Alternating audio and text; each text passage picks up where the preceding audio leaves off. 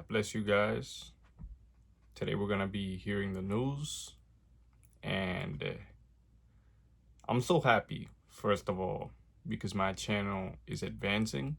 I started with practically nothing, no views, no likes, no shares, no subscribers, and I come a long way. Definitely, my channel looks more professional now. I've been trying to be as professional as possible when it comes to everything, pretty much, including even the seat. If you guys didn't notice already, I got a new seat. But I watch a lot of these content creators, and they have professional seats, and I just perceive that they try to be as professional as possible. And it's good to be professional when it comes to the things of this world, but when it comes to the things of God, you gotta be more professional. You gotta be excellent. That's the thing. That's the type of mentality that I have, and I think that all ministers should have this type of mentality. You should have a mentality of excellence, right? Of wanting to do more than just great for the things of God. You're doing it for God. You're not doing it for man. You're not doing it for people. You're doing it for God. So you have to strive for more and more and more and more and more. Glory be to God. I'm not satisfied. I'm not complacent with where I'm at. I'm always seeking to see something better, to improve it in every area, if that makes sense. So I just wanted to get that out of the way, but I really want to focus on hearing the news, so that, and of course you guys as well, hear the news with me, so that we can all have a lot to pray about. A lot of people, they don't know what to pray about. They say, oh no, I don't know what to pray. Well, they should give you a lot to pray about. So let's get to it. Let's hear this news. Glory be to God. We continue to track the latest developments in the Middle East. Alexandria Hoff with this report. The USA will be, from this point forward, known as the guardian of the Hormuz Strait. The president shared in a Truth Social post this morning, continuing, but as You're watching live now. I'm Austin Westfall. We continue to track the latest developments in the Middle East. Alexandria Hoff with this report. the USA will be, from this point forward, known as the guardian of the Hormuz Strait. The president shared in a Truth Social post this morning, continuing, but as such, and as a matter of fairness, will be reimbursed at the rate of 20% on all cargo shipped.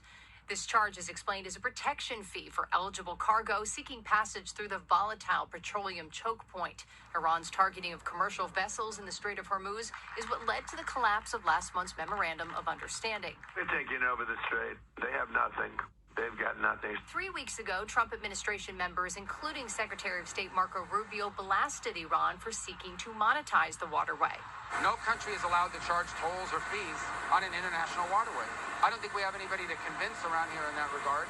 I think all the countries in this region would agree with us. Today, Iran's foreign minister, attempting to capture irony, wrote, "The president of the United States is absolutely right," stating he agrees that a country guaranteeing safe passage deserves compensation, arguing Iran has always been the guardian of the strait and will remain so forever. 20% is, of course, too much. We will be fair. In terms of where negotiations stand, President Trump tells Fox that an 11-hour meeting with mediators yesterday ended in an agreement, only for it to fall apart when the Iranians called back wanting changes. The president plans to address the nation Thursday at 9 p.m. At the White House, Alexandria Hoff, Fox News. Okay, and let's bring in retired Marine Intelligence Officer, National Security Analyst, and the host of the Strat podcast, Hal Kempfer. And Hal, I'm not quite sure why I'm blurry right now, but let's get into this regardless. Hal, I just want to say we've been in a fairly similar circumstance for the past 3 days now. I got to ask, when we talk about negotiations happening behind the scenes, and we just heard in Alexandria's report there that there were substantive discussions taking place between the two sides just for things to fall apart again, and now we stand where we stand.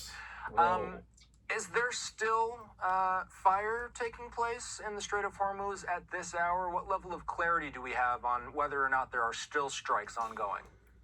Well, as far as I know, yes, there have been strikes ongoing. I don't know if they've continued to this particular hour. I saw one report that indicated there were still some strikes going on, but the back and forth is still going on as far as I can tell, and we're still striking numerous targets along the Strait of Hormuz, along the Iranian coastline, to try and basically trying to debilitate their capability of attacking commercial ships, whether it's in the Strait or anywhere in the Persian Gulf or even outside in the outside of the Strait. So yeah, as far as I know, that's still going on, and there's just been a lot of interesting, innovative things that have been done in that regard. You talk about innovative, and I know that this is a video that came across your plate. A lot of people have been talking about this on social media. The U.S. sent this video out, and we're used to CENTCOM sending videos out of drones. Usually we're seeing airborne drones. Usually we're seeing strikes, but this is a little different. They say they're using one-way attack surface drones. They posted this video of it. I watched it this morning, Hal, and I immediately thought to myself, I have to ask Hal about this tonight. What are we looking at? What's on our screen right now? You're looking at what's called a USV, unmanned surface vessel. That is a one-way attack drone. Some call them kamikaze drones. I'm not a big fan of that term. It just sounds weird to me. But basically, the drone obviously has a warhead with a lot of explosive force, and it's used to attack a variety of targets. It could be used against ships. It could be used against, in this case, a port facility with ships. This is Bandar Abbas. This is their largest naval port in the Strait of Hormuz. This is actually the largest city in the Strait of Hormuz as well. And this is, as far as I know, this is the first time that we have used an unmanned surface vessel as an attack drone like this. Now, we have seen videos similar to this put out by Ukraine for years. They have the Sea Baby drones that they've used to attack Russian ships and Russian ports, and to tremendous effect across the board. They just used it in the Sea of Azov to phenomenal effect, basically shutting down Russian shipping coming out of the Sea of Azov. So we've seen that, but this is the first time that I'm aware of that we have employed this, and it really changes the math because these are so much more or so much less expensive than some of the other weapon systems we have. It's kind of getting into that cost effectiveness of weapons. You know, we've had that issue with unmanned systems and using $2 million missiles to take out 35,000 airborne drones. Well, this is a very, very effective, cost-effective way of taking out these naval facilities. So this is not a speedy drone that we're looking at here. The Iranians are not able to slow this. I mean, you see it moving through the water there. They're not able to detect and stop this thing despite it moving that slowly? You know, the problem is that the water works both ways, shall we say. And one of the things with the waters out there is certainly in the afternoons, you'll get quite a bit of wind and you'll get a lot of chop on the water. Damn. And if you have a low profile vessel like this, it is very difficult for them to see this thing coming in. And so whereas we see it when it's in the port itself where the waters are calm, and we're thinking, wow, how is it they couldn't see that? Well, that's because we're looking for it as well. But when it was out there, crossing over for however far it went, that it's the same problem we have detecting some of their gunboats. You know, they're fairly low profile, they're lighter craft, and this is much lower profile than a gunboat. So no, a lot of times they just can't see it. And I think you're seeing kind of at least in naval warfare in the Strait of Hormuz, this is sort of a strategic inflection point that doing this, I don't think you're going to see us do these types of attacks the same way we ever did them before, because now we have a capability, proven capability that can actually hit these targets very well. And it's also, to your point, adding to our knowledge of what the Iranians can pick up and not pick up and not defend against.